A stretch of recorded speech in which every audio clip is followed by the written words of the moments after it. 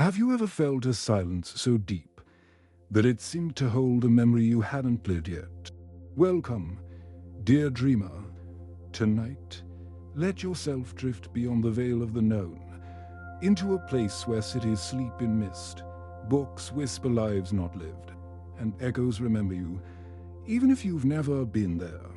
Here at Mystical Sleep Tales, we invite you to step softly into worlds woven from starlight and suns, tales crafted for rest, reflection, and deep, peaceful sleep.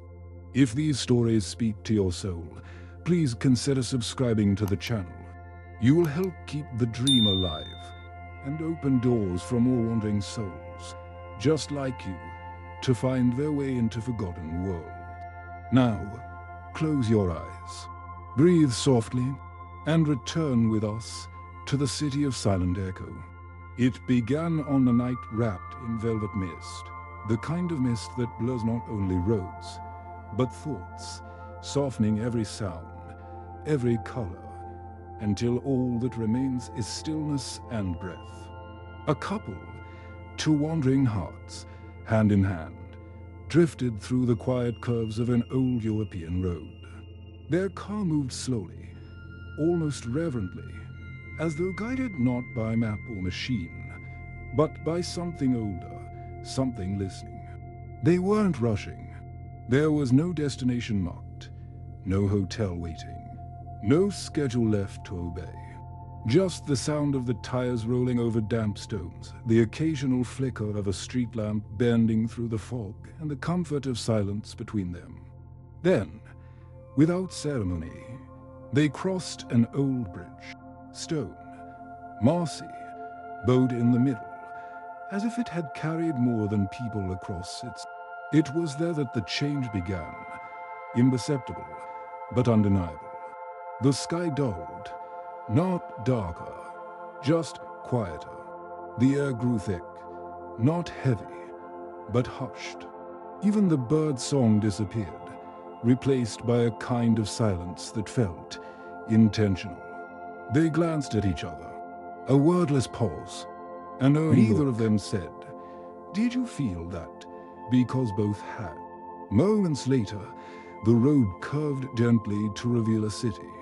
Or perhaps it revealed itself, tucked between slow-moving hills and framed by trees that barely stirred.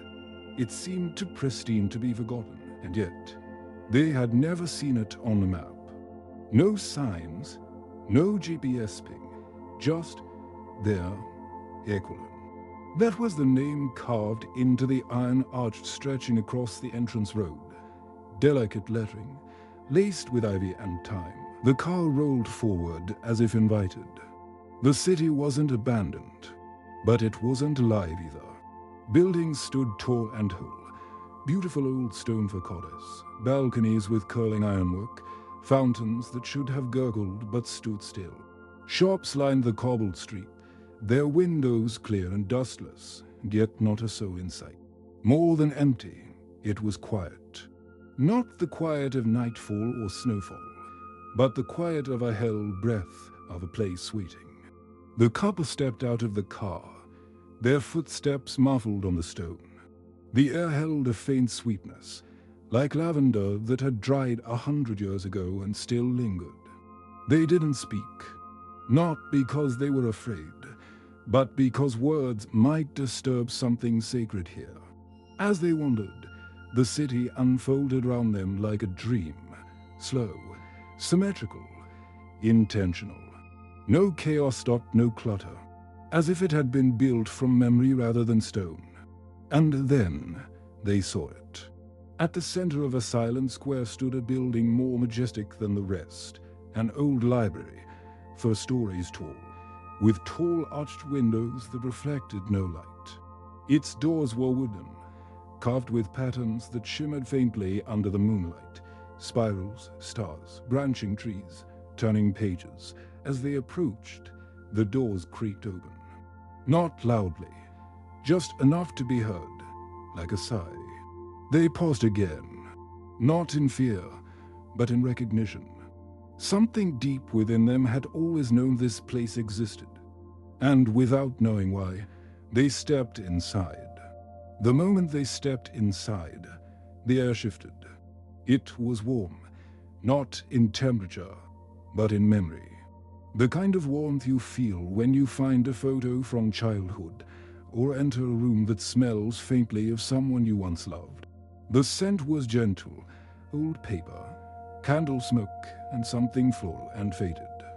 Perhaps rose, or maybe the ghost of rose.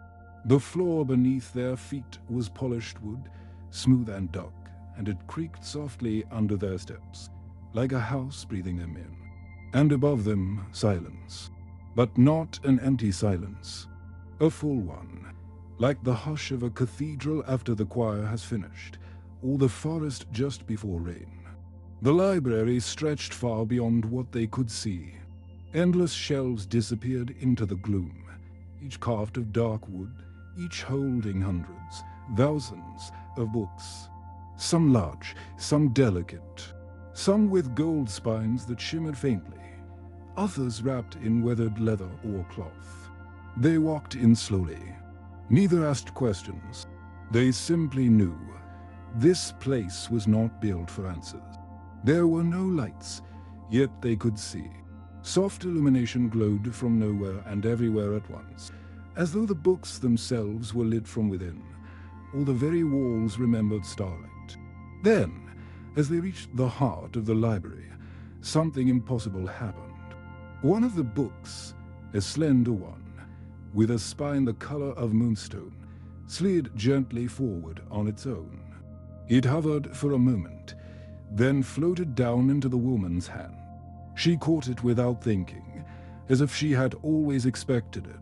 The cover was blank, but as she opened it, words began to appear, slow and curling across the page like morning mist.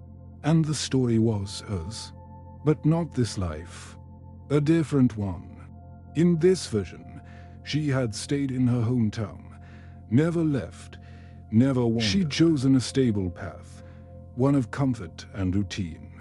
The pages described her days in a small apartment, sipping tea by the same window every morning. The life was not unhappy, just different. She looked up at her partner. He, too, now held a book. He showed a path where he had never met her. He'd traveled alone, moved abroad, fallen in love with painting, and lived by the sea in a cottage filled with color and solitude. More books floated toward them, each revealing a new thread, a different version of their shared and unshared lives. In one, they'd met 10 years earlier. In another, they had never left the bridge. In yet another, they'd both chosen silence and gone separate ways after their very first meeting. And yet, each book shimmered not with regret, but with possibility. There was no pain in reading them, only wonder, a quiet reverence for the lives that might have been. Then a voice, soft and not quite sound, drifted into the room. "You may choose one," it said. "One life, one thread, one truth, to live fully. But in doing so, you must forget all the rest." The voice came not from a person, but from the library itself, as if the very shelves were speaking. The couple looked at one another. Their hands trembled slightly. They could begin again, elsewhere. Without sorrow, without memory. The door was open, but only one door. They stood still for a long time, not in fear, but in reverence. The library did not press them. It seemed to understand, as all sacred places do, that real choices cannot be rushed. Time, here, felt pause, like a held breath. They could have remained in that moment forever. In their hands, the books pulsed gently, like heartbeats, lives held in quiet ink. The man glanced down at the version where he had lived alone by the sea. He could almost feel the wind on his face, smell the salt in the air. It was a peaceful life, beautiful in its solitude. The woman turned the page of hers, the quiet apartment, the same cafe each day, a life of soft routine and deep contentment.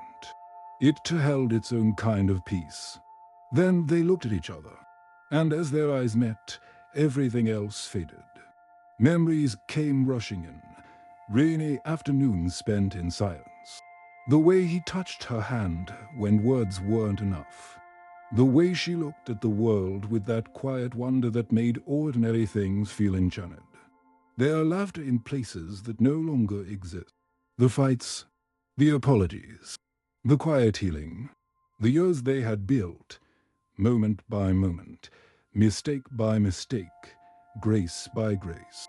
It hadn't been perfect, but it had been real.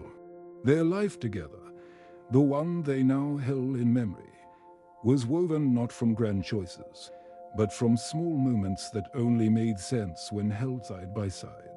They closed the books gently, almost with affection, and when they did, the books returned to the shelves on their own, sliding back into place with the sound of a sigh. The voice came again, softer this time. "You have chosen not to choose," it whispered. "And in doing so, you have chosen everything." A hush fell over the library, deeper than before. Not silence, but completion. Then, slowly, the doors behind them opened once more. Not urgently, just gently. As they turned to leave, the woman looked back one last time. For just a moment, she saw a figure in the shadows, not threatening, not watching, simply present. A keeper of stories, a guardian of threads. Perhaps the library had always been alive, or perhaps it lived only in those willing to remember what they could have forgotten. Either way, she bowed her head slightly in thanks. No words were needed. Outside, the air felt different again. The mist was still there, but softer now, more like a veil than a wall. The city around them stood exactly as it had before, silent, still, suspended in some breathless harmony. But something within them had changed. They walked slowly back to their car, hand in hand, no longer searching, not entirely sure of what had happened, but deeply aware that something had mattered. The drive away from Echoland was quiet. The mist followed them gently at first, then thinned, then vanished. The road beneath their wheels felt familiar again, grounded, present, but the air around them held something new. Not heavier, not lighter, just quieter. Neither of them spoke. They were speaking, through every glance, through the way their hands remained lightly intertwined. Over the console, through the unspoken understanding that something rare had touched them, asked nothing in return. When they stopped for the night, in a little town with a creaky inn and warm bread, they said only this: "Do you remember it?" He paused, then nodded double quotes, "Yes, I do." And she replied, "So do I." They didn't speak of the books, or the other lives, or the voice that had offered them everything for the cost of forgetting. They simply carried it, like a candle carried in cupped hands, sheltered, small, but steady. Over the weeks and years that followed, things changed in quiet ways. They listened more. They held each other longer in silence. They forgave sooner. They let moments stretch wider before rushing to fill them with noise. They didn't need magic, because they had memory, and in memory lived the possibility of all things. Sometimes, in the stillness before sleep, they would both close their eyes and feel it again. The hush of the sleeping city, the scent of lavender in the still air, the creak of wood underfoot, the heartbeat of unwritten pages, the warmth of a truth they almost left behind. And in those quiet moments, they could hear it, the echo, not loud, not urgent, just present. The echo of every version of themselves still walking, still loving, still dreaming, in that library between worlds. in that city between time. And so, even as sleep took them, they did not truly leave. For the echo never fades. It only grows quieter until one day, some other soul, drifting through mist and memory, hears it too. He had always been different, not in the way that made teachers worry or parents whisper. No, his difference was quieter than that. It lived in how he listened. While others rushed to fill silences, he leaned into them, tilted his head ever so slightly, like he was waiting for the silence to speak back. And sometimes it did. His name was Theo, and he was 12. He liked empty rooms, forgotten staircases, books with blank first pages. He liked walking through rain without an umbrella. And most of all, he liked bridges. There was something about bridges, how they connected what didn't quite belong together, how they floated above everything, how they made the world feel suspended. That made him feel known. It was on one of these walks, during a grey morning that could have been any season, that he found a bridge he'd never crossed before. It arched quietly over a stream that didn't gurgle or rush. It simply moved, like breath. At the bridge's entrance stood two figures, a man and a woman, dressed in clothes that didn't match the time, but didn't feel out of place either. They didn't speak. They simply nodded as Theo passed. Their eyes were kind, but distant, like dreamers who had forgotten how to wake. On the other side of the bridge, the mist grew thicker. The trees stood taller. The birds fell silent. And then Echoland. It wasn't marked. It never was. The city greeted him the way it always did, not with bells or signs, but with the feeling that he had been expected all along. Theo walked slowly through the streets.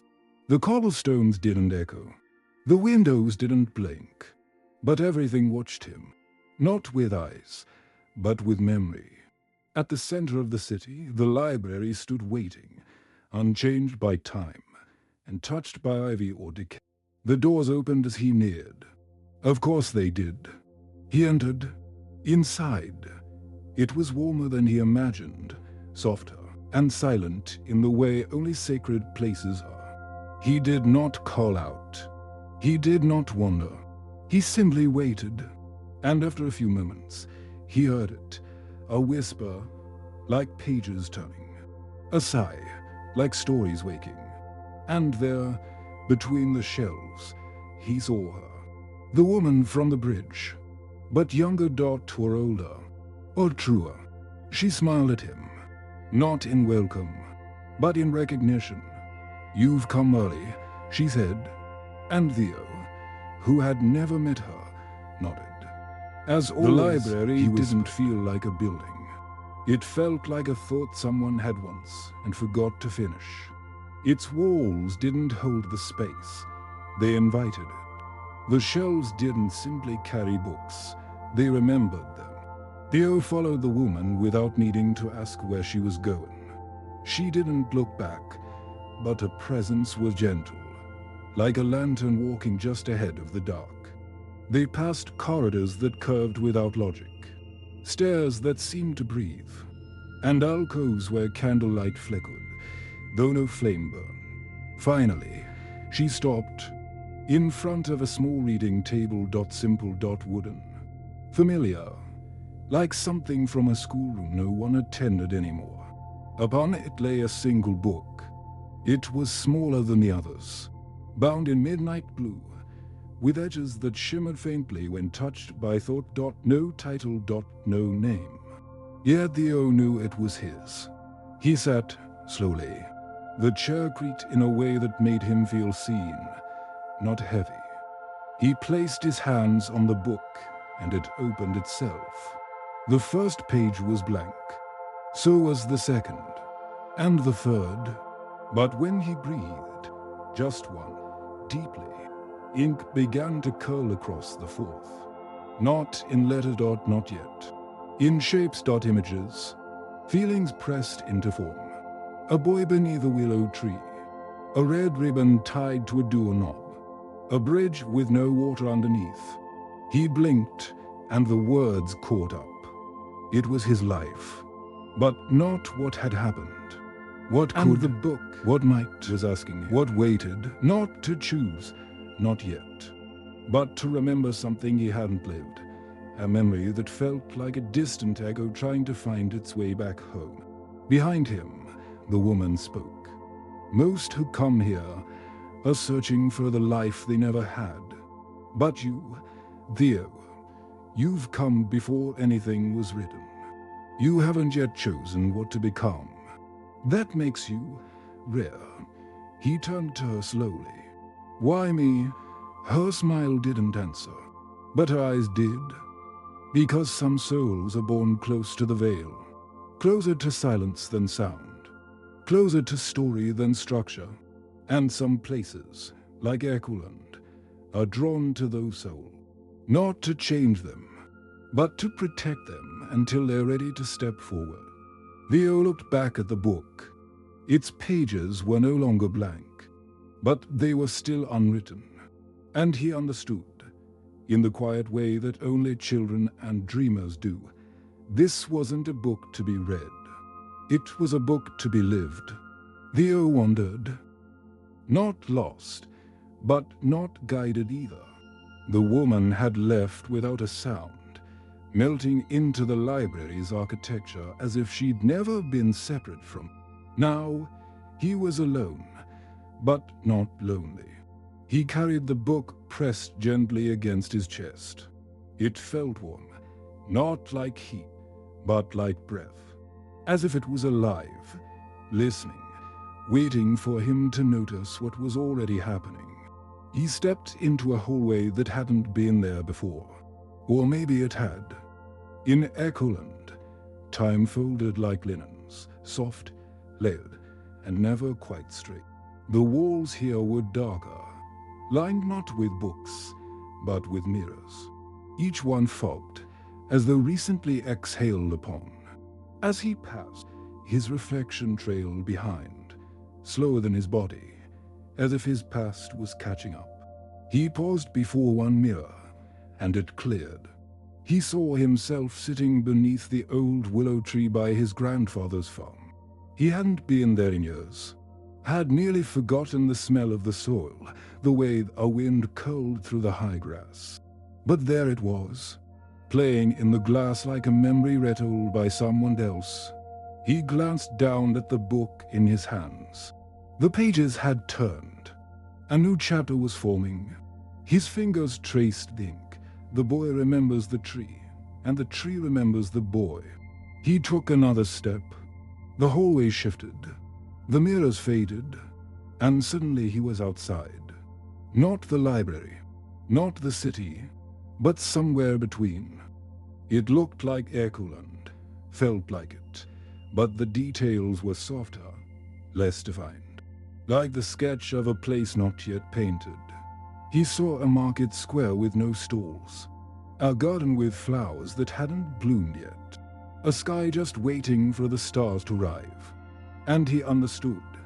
This part of the city was his, formed by the choices he hadn't yet made, the moments he hadn't yet lived, a story still unfolding. He opened the book again. Words appeared in real time, as he walked, as he breathed, as he felt. He lifts the lantern even though he's afraid of what it might reveal. He hums a tune he doesn't remember learning, and the city hums it back. He steps into the garden, and the first flower opens its eye. Theo sat on a bench that had just grown from the stone. Not carved, not placed, grown. And there he rested. Not to wait, not to think, just to be. Because in Echoland, being was enough to shape the world around you. And in the gentle turning of the next page, he felt it, a presence. Soft footsteps, another soul entering his chapter, not to replace him, but to remind him that even the quietest stories are meant to be shared. She appeared like a thought one almost remembers, Theo didn't hear her footsteps, didn't sense a breeze or a shift in the air. She was simply there, a small figure, no older than 10. Dark curls like tangled ink, skin the color of soft stone, and eyes, wide, searching. She stood across the empty garden square, at the edge of the page he'd been living. And she, too, carried a book. It was shaped differently than his, smaller, rounder at the edges. Its cover was deep forest green, etched with gold threads like vines. She said nothing, but when their eyes met, Theo felt the unmistakable sense of recognition. Not of face, not of name, but of presence. Two dreamers, two souls drawn to the same place between stories. Theo offered the bench with a small nod. She walked slowly, without hesitation, like someone walking through a room she'd once known in a dream. When she sat beside him, the air didn't change, only deepened. They opened their books at the same time, and on each of their pages, the same sentence appeared. When two readers meet in silence, the story learns to listen. Theo smiled. The girl tilted her head, curious, not confused. She pointed to a page in her book. Theo leaned closer. It described him. He has been here longer, but still walks like he's not sure if he belongs.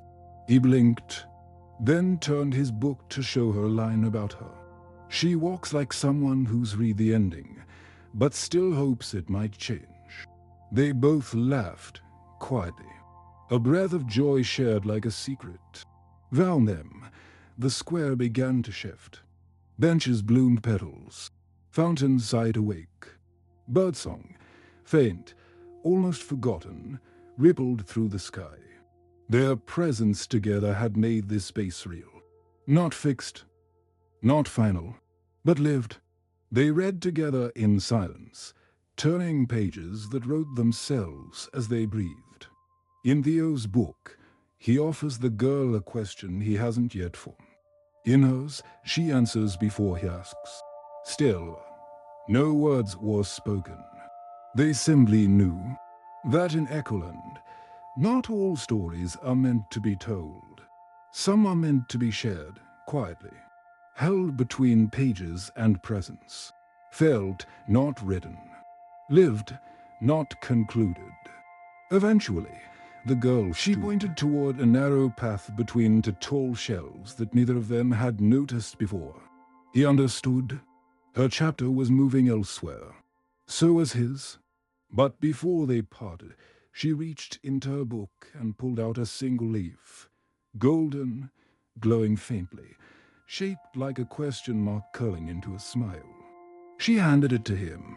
He placed it between his pages as a mark not of where he stopped reading, but where he started remembering.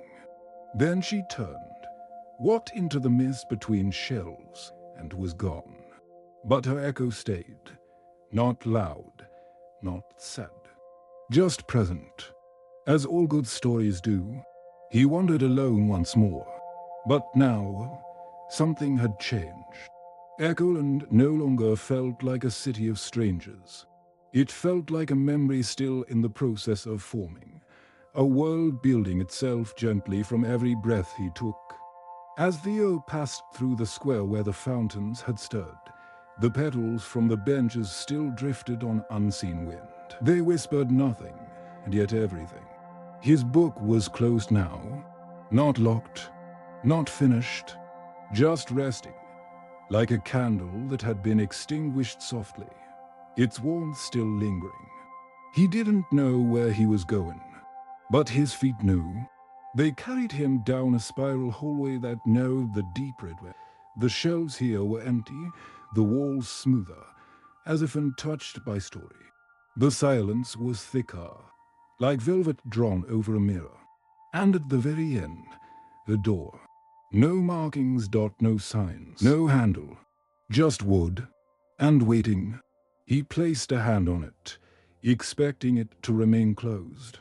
But instead, it listened. His heartbeat slowed. His breath deepened, and the door opened inward, like a thought becoming intention. Inside was not a room, but a space. Vast, endless, softly lit. No shelves, no books, no voices, just a single pedestal in the center, and upon it, a blank page. It pulsed with light. It hummed with silence. And not his past, not his future, was not but his now, the grimoire. A page that would never be written with ink, but with choice. There were no instructions, no guides, no one to tell him what this page meant. And yet, he understood it perfectly. He could stay here, in Echoland, and continue wandering its dream-shaped corridors. He could let the books write his story for him, unfolding endlessly in softness and peace. Or he could close the book, step back through the fog, return to a world not as gentle, not as quiet, but real. A world where pages were written by days, not dreams. He stood there for what could have been minutes or lifetimes. Then, with steady fingers, he reached into his pocket. The golden leaf the girl had given him, still warm, still alive, pulsed once in his palm. He placed it on the page. The light faded, not into darkness, but into morning. He awoke with no alarm, no sudden light, no call to rise, as though the night itself was still wrapped around him like a second blanket. The ceiling above him was familiar, but somehow softer. The window beside his bed still held the rain from last night, tracing lazy rivers down the glass. Outside, a bird sang, a single note. No melody, just a presence. Theo blinked. The dream was fading, as dreams do, but not all the way. There was something left behind. The scent of old paper, the hush of polished wood, the weight of a book no longer in his hands, but still resting quietly in his chest. He sat up slowly. Nothing round him had changed, and yet everything had. He noticed the way the light moved across his desk, like it was searching for something. The way the air in the room held silence like a trusted friend. The way his own heartbeat sounded like a turning page. He didn't speak. He didn't need to. Instead, he walked barefoot to the corner of his room, where an old sketchbook lay forgotten beneath a pile of other almosts. He opened it. The pages were blank, but not empty. He picked up a pencil, not to draw Echoland, but to trace the feeling of it. The soft arches, the library's hum, the girl's golden leaf. He didn't try to recreate the city. He simply let it live through him.